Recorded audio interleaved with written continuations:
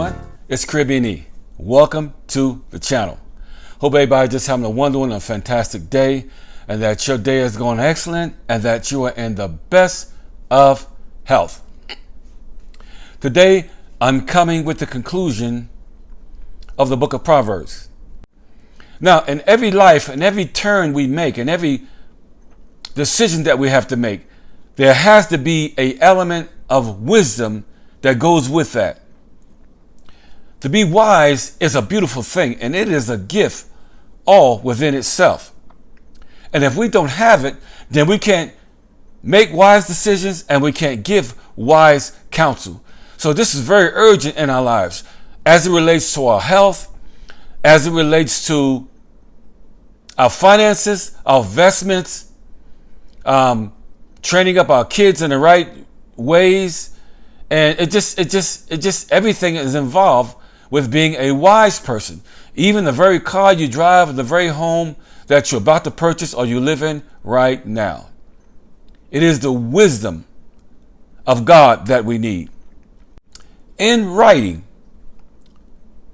the Proverbs, the book of Proverbs, Solomon hoped that his readers would attain principal righteousness in all things, that we would do this by living out our lives under the authority and the direction of God. That was the main focus. That's the main purpose of why he wrote this book.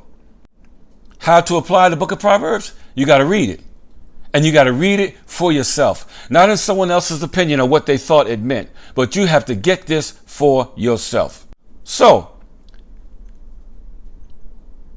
are you following God is the question and the objective of this whole message. Even in seemingly small circumstances, are you following God? Allow Proverbs, please. I plead with you today. Allow Proverbs to refocus your attention on all of the hidden moments of your life. Proverbs can do great things in your life if you allow it to flourish beautifully as God has intended. So here we are. There we go. That is the full view and full focus of the book of Proverbs. And I pray that you'll get this like never before, because the scripture also says, in all thy getting, get an understanding. So until you get that understanding, be still, stand still, and know that he is God. Let us pray.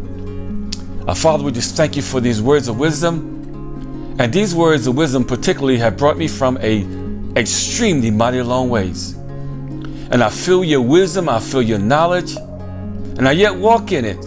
And it keeps me out of the ditches and the hard places of life if I'll just be obedient and follow the wisdom of not only just God, but the forefathers that was before me.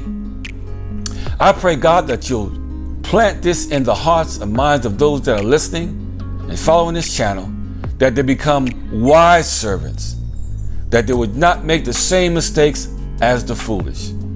And we thank you so much for the wisdom of God and the purpose of God.